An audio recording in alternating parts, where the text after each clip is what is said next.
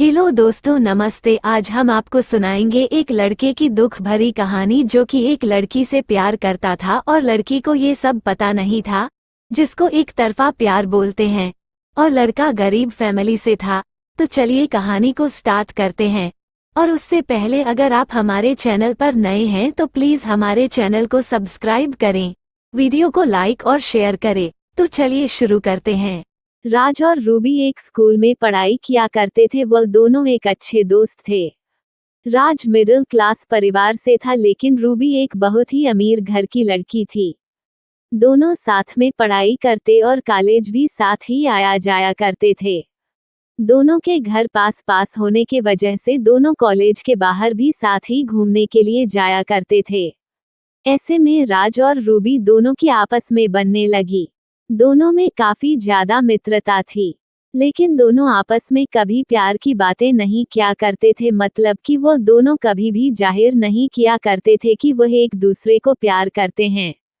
धीरे धीरे इनकी दोस्ती और गहरी हुई और इन दोनों को साथ रहने की आदत लग गई और अब दोनों अलग नहीं रह सकते थे। धीरे धीरे राज को रूबी से बेइंतहा प्यार हो गया था, लेकिन रूबी को इस बारे में राज ने कभी नहीं बताया था। रूबी को हमेशा से था कि वह एक बहुत ही अमीर लड़के से शादी करेगी, लेकिन राज एक मध्यम वर्ग परिवार से था, इसी वजह से रूबी का ध्यान राज पर नहीं गया। रूबी को हमेशा से था कि वह एक अमीर घराने के लड़के से शादी करेगी जो बहुत ज्यादा कमाते हैं और उनके साथ पूरी जिंदगी भर खुश रहूंगी। धीरे धीरे समय बीतता गया। रूबी की शादी की उम्र हो चुकी थी। उसके माता और पिताजी दोनों लड़के ढूंढने की तैयारी कर रहे थे। जैसे ही एक दिन रूबी राज से कहती है कि मेरे पिताजी तथा माताजी मेरे लिए लड़का ढूंढने को कह रहे हैं, तो उसके बाद राज के पैरों तले जमीन खिसक गई, क्योंकि राज भी रूबी से बेइंतहा प्यार करता था। लेकिन राज रूबी के मन के बात को जानता था कि वह अमीर घर के लड़के से शादी करेगी और रूबी को तो हमेशा से ही अमीर घर के लड़के से शादी करने के लिए चाह रही थी। ऐसे में अगर राज अभी तो पूजा से शादी नहीं हो सकती थी, इस कारण से हुआ चुप ही रहा और जो हो रहा है उसे होने दिया। धीरे धीरे जैसे ही उनके माता पिताजी ही लड़का ढूंढने लगे और कुछ दिन ढूंढने के बाद एक लड़का शादी करने के लिए मिला, जिसका नाम पीयूष था। बहुत ज्यादा अमीर घर का लड़का था। वह बहुत ही बड़ी कंपनी में जॉब करता था और उसकी महीने की कमाई तकरीबन 10,000 रुपये प्रति घंटा थी। जैसे जैसे शादी के बात चलती गई वैसे वैसे राज की जिंदगी खराब होने लगी थी। वह अपने आप में किसी भी चीज पर ध्यान नहीं देता था, साथ ही पढ़ाई लिखाई पर भी ध्यान नहीं दिया करता था।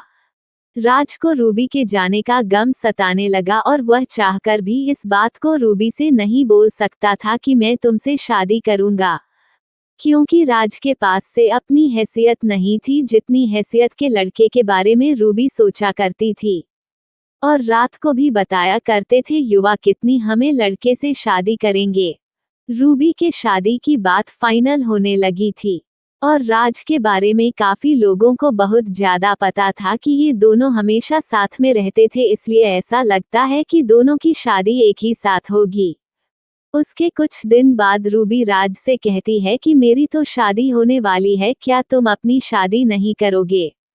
राज कहता है कि मेरी शादी का क्या है, मैं तो शादी कर ही लूंगा, पहले तुम अपनी शादी कर लो, उसके बाद मैं भी शादी कर ही लूंगा। धीरे धीरे समय बीतता गया और रूबी की शादी नजदीक आ रही थी। जैसे जैसे रूबी की शादी नजदीक आ रही थी वैसे वैसे राज का जीना मुश्किल होने लगा गया था।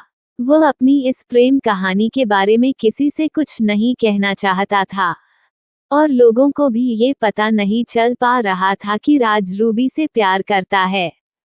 जैसे जैसे रूबी की शादी नजदीक आ रही थी वैसे वैसे राज की जिंदगी में बेचैनी सता रही थी और बेदर्द जिंदगी शुरू हो रही थी। जैसा कि आप सभी लोगों को रुलाने वाली लव स्टोरी बहुत ज्यादा पसंद है, ठीक उसी प्रकार का दर्द इस कहानी में भी है। इस कहानी में राज जब एक दिन रूबी के घर की ओर जाता है और देखता है कि रूबी के घर में बहुत सारे आदमी आए हुए हैं और उसके घर में पीयूष भी आया हुआ है, जिससे रूबी की शादी होने वाली है। ये सब देखते ही राज समझ गया कि रूबी की शादी फिक्स होने वाली है और राज मन ही मन अपनी औकात पर पछतावा कर रहा था कि अगर मेरी भी औकात पीयूष जैसे होती तो शायद रूबी से आज मेरी शादी फिक्स होती। जिस दिन से रूबी की शादी फिक्स हो गई उस दिन से राज रात रात भर नहीं सोया करता था। वह रात रात भर अपने बिस्तर में रो रो कर अपने प्यार को याद किया करता था। राज सोच रहा था कि मैंने प्यार तो किया पर ऐसा प्यार किया कि नहीं उसे बता सकता हूँ और ना ही उससे शादी कर सकता हूँ। इसके बाद राज फिर सुबह उठकर रूबी के घर चला जाता है क्योंकि रूबी उसके घर आई थी राज को बुलाने के लिए। दोनों की शादी में मात्र कुछ ही दिन का गैप था। रूबी अपनी शादी को लेकर बहुत ज्यादा खुशियां मना रही थी। इधर राज अपनी जिंदगी को लेकर रात रात भर रोया करता था। दोस्तों, शुरू से ही दो प्रेम करने के बीच में ये सब होता हुआ आया है। जब भी दो प्रेमी आपस में सच्चा प्यार करते हैं तो वो उनको बहुत ही नसीब से मिलता है और बहुत ही जल्द सच्चे प्रेम करने वालों का अंत हो जाता है। अब तो रूबी की शादी होने ही वाली थी और वह शादी की तैयारियों में बिजी थी। रूबी राज को अपने साथ कभी मार्केट तो कभी कपड़े खरीदने तो कभी सोनार के यहाँ लेकर जाती। राज बेचारा रूबी की शादी को लेकर बहुत ज्यादा तैयारियां कर रहा था। राज मन ही मन बहुत ज्यादा उदास था, वह इसलिए कि उसकी जिंदगी में से रूबी जाने वाली है। लेकिन फिर भी वह किसी से कुछ भी नहीं कह रहा था। अब तो रूबी के सगाई का दिन भी आ गया था। जिस दिन रूबी की सगाई पीयूष से होने वाली थी फिर उसके एक दिन बाद रूबी की शादी थी। सभी मेहमान लोग आ चुके थे। राज मेहमानों की खातिरदारी में लगा हुआ था और कुछ ही देर में बाराती भी आने वाले थे। रूबी का और वह बाराती की खातिरदारी अथवा सम्मान करने के लिए खड़ा था। आपको बता दें कि दिल में इतना ज्यादा दर्द लिए अपनी प्यार की कहानी किसी को बताए बिना एकदम चुपचाप सब कुछ जानकर भी वह अनजान था। अब तो रूबी की शादी पीयूष के साथ हो गई थी। रूबी पीयूष के साथ घूमने फिरने के लिए तथा हनीमून मनाने के लिए कहीं टूर पर जाने वाली थी। राज मन ही मन उदास हो रहा था। वह सोच रहा था कि अब उसकी चिंता ही छोड़ दूं क्योंकि अब तो रूबी की शादी भी हो गई है। अब तो कुछ होने वाला नहीं है। पीयूष और रूबी दोनों साथ में घूमने के लिए टूर पर चले जाते हैं। दोनों शॉपिंग करने के लिए मॉल के अंदर जाते हैं तो पीयूष को किसी प्रकार का काम लग जाता है। वह कहता है कि तुम गाड़ी लेकर घर चलो, मैं काम करके घर वापस आ जाऊंगा। और पीयूष अपना मोबाइल गाड़ी में ही भूल जाता है। मॉल से जैसे ही गाड़ी लेकर रूबी घर आ रही होती थी तभी पीयूष के मोबाइल में एक लड़की का फोन आता है जिसका फोटो भी उसके कॉलर आईडी पर लगा हुआ होता है। वह लड़की तो नहीं ज्यादा सेक्सी थी, नग्न अवस्था में फोटो लगा हुआ था। ये देखकर रूबी को गुस्सा आ गया और उन्होंने सोचा कि यह कौन लड़की है जो मेरे पति को फोन करती है। रूबी राज का फोन उठाती है। फोन उठते ही उधर से आवाज आती है, तुम कहाँ पर हो जानू? लग रहा है मुझे छोड़कर कहीं चले गए हो या तुम्हें कोई दूसरी मिल गई है। अब तो तुम मुझे फोन भी नहीं करते हो। ये सब सुनकर रूबी को मन ही मन बहुत ज्यादा गुस्सा आ जाता है। वह फोन काट देती है और वह गुस्से में ही गाड़ी ड्राइव करती है। बहुत ज्यादा गुस्से में होने की वजह से वह गाड़ी इधर उधर और बहुत ही स्पीड में चलाने लगती है।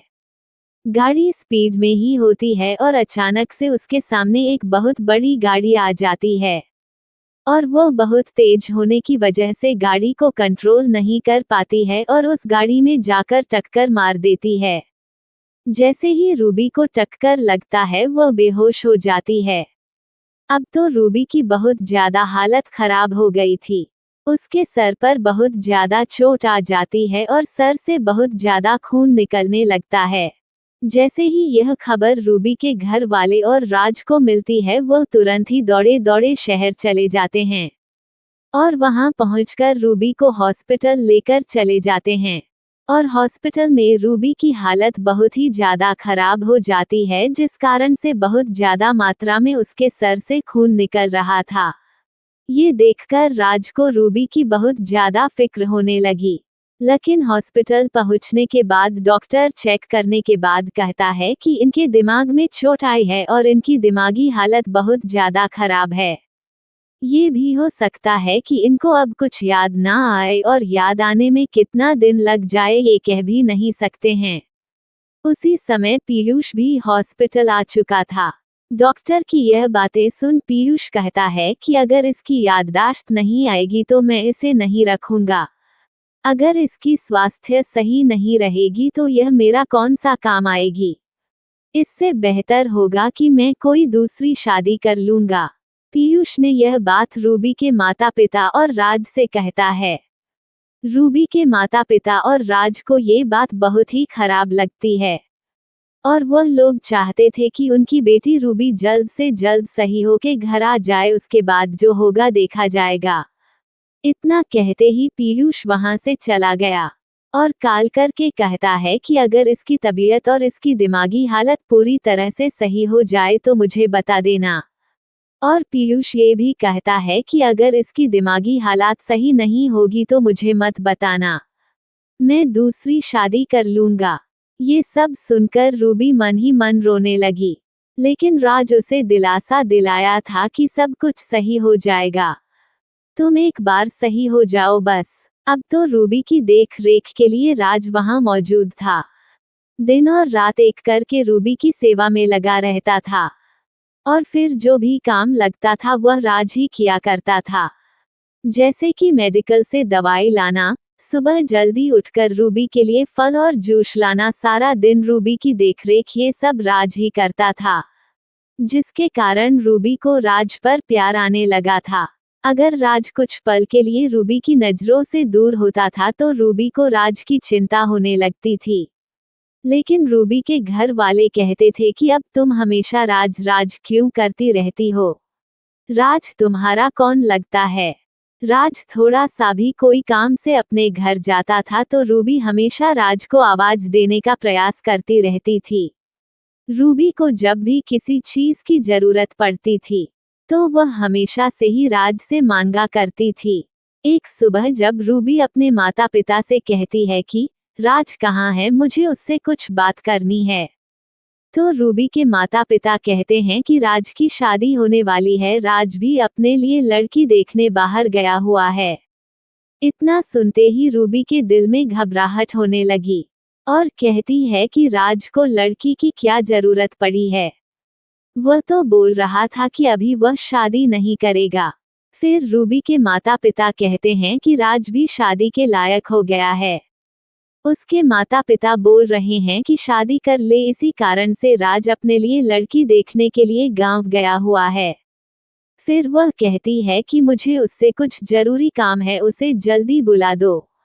राज के माता पिता तथा राज दोनों तैयार हो रहे थे लड़की देखने जाने के लिए, तभी रूबी के माता पिता फोन करके कहते हैं कि राज कहाँ है। राज के पिताजी कहते हैं कि राज अभी तैयार हो रहा है, उसके बाद हम लोग लड़की देखने के लिए जाएंगे। फिर उसके बाद रूबी के पिताजी कहते हैं कि रूबी राज को खोज रही है, शायद उसे कोई जरूरी काम होगा, इसलिए राज को थोड़ा सा समय निकालकर बोलना कि रूबी उससे मिलने को कह रही है और कुछ समय के लिए वह अस्पताल आ जाए, फिर उसके बाद वह यहाँ से लड़की देखने के लिए चला जाएगा। फिर उसके बाद राज अस्पताल जाता है रूबी से मिलने के लिए। रूबी कहती है कि क्या तुम मुझसे शादी करना चाहते हो। रूबी ने ऐसा इसलिए कहा क्योंकि रूबी एक दिन राज को अपने रूम में रोते हुए देख लिया था और वह ये भी जान गई थी कि राज मुझसे प्यार करता है। उसके बाद राज कहता है कि मैं तो हमेशा से ही तुमसे प्यार करता था, करता हूँ और करता रहूंगा। ऐसे में अगर तुम मुझसे प्यार करती हो तो मुझसे शादी कर सकती हो, वरना मैं तो अपने लिए लड़की देखने के लिए जा ही रहा था। उसके बाद रूबी राज का हाथ पकड़ लेती है और कहती है कि मैं तुम्हारे साथ जीना मरना चाहती हूँ राज। मैं भी तुमसे बहुत पहले से ही प्यार करती थी, लेकिन मैं अपने प्यार को समझ नहीं पा रही थी। मुझे तो इतना अमीर लड़का चाहिए था शादी करने के लिए कि मैं सोच भी नहीं सकती थी, लेकिन अब मेरी सोच बिल्कुल बदल चुकी है। अब मैं तुमसे शादी करने के लिए तैयार हूँ। फिर कुछ दिन बाद रूबी की तबीयत पूरी तरह से ठीक हो जाती है और फिर वह अपने घर वापस चली जाती है। उसके बाद रूबी के पिताजी पीयूष के माता पिता को बुलाते हैं और कहते हैं कि आपके बेटे ने कहा था कि वह रूबी से शादी नहीं करेगा। हम लोग अब आपसे सारा रिश्ता तोड़ने वाले हैं। उसके बाद पीयूष माफी मांगता है और वह कहता है कि मैंने तो वह गलती से बोल दिया था कि अब रूबी से शादी नहीं करूंगा, लेकिन अब तो रूबी बिल्कुल सही हो गई है, मुझे अब रूबी को रखने में कोई आपत्ति नहीं है। लेकिन पीयूष की हकीकत जानने के बाद रूबी कहती है कि मुझे अब तुम्हारे साथ नहीं रहना है। तुम्हारा चक्कर बाकी अन्य लड़कियों से भी चलता है, इस कारण से मैं अब तुम्हारे साथ नहीं रह सकती हूँ। उसके बाद पीयूष बहुत ज्यादा मिन्नतें करता है, लेकिन रूबी के माता पिता नहीं मानते हैं। रूबी पीयूष से अपना सारा रिश्ता खत्म कर देती है। उसके बाद राज और रूबी की शादी बड़े ही धूमधाम से सभी के आज्ञा के अनुसार होती है। शादी के दिन रूबी और राज बहुत ही ज्यादा खुश थे। अब तो रूबी को भी मालूम चल गया था कि पैसा ही सब कुछ नहीं होता है अगर जिंदगी में प्यार नहीं है तो। क्योंकि पैसा तो कमाया जा सकता है, लेकिन एक प्यार करने वाले इंसान को कभी नहीं कमाया जा सकता। रूबी को यह अच्छी तरह से मालूम हो गया था कि जिसके पास ज्यादा पैसा रहता है वह ज्यादा ही लड़कियों के चक्कर में रहता है, और जो गरीब घर का लड़का बाहर रहता है वह कभी भी ऐसे संगति में नहीं पड़ता है। अब तो शादी करके दोनों की जिंदगी बहुत अच्छे गुजर रही थी। हेलो दोस्तों, तो आपको दो प्रेमियों के बीच की यह कहानी कैसी लगी, कमेंट करके जरूर बताएं। और प्लीज हमारे चैनल को सब्सक्राइब करें ताकि आपके लिए रोजाना ऐसे ही वीडियो लाती रहूं। वीडियो देखने के लिए धन्यवाद।